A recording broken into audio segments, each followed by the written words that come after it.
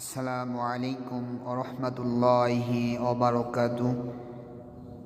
সম্মানিত ভিউয়ার্স, শুভাকাঙ্ক্ষী, দেখুন এই যে পিপিলিকা,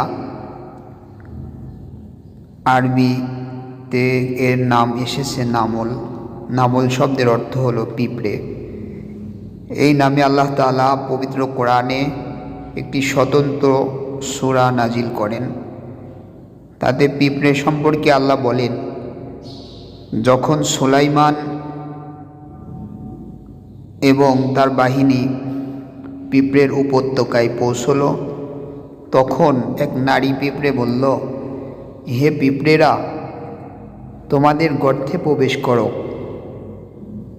এমন যেন না হয় সুলাইমান এবং তার সৈন্যরা তোমাদের পিষে ফেলবে, তোমরা তা টেরও পাবে না। সুলাইমান আলাইহি ওয়াসাল্লাম পিঁপড়ের এই কথাই মৃদু হাসলেন। তো জানার বিষয়, আল্লাহ পাক রব্বুল আলামিন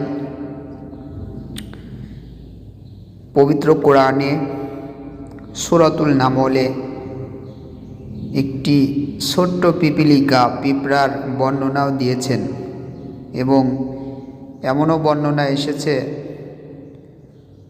যে মানুষ যেমন বিবেক সম্পন্ন প্রাণী, পিঁপড়েও তেমনি বোধ সম্পন্ন প্রাণী।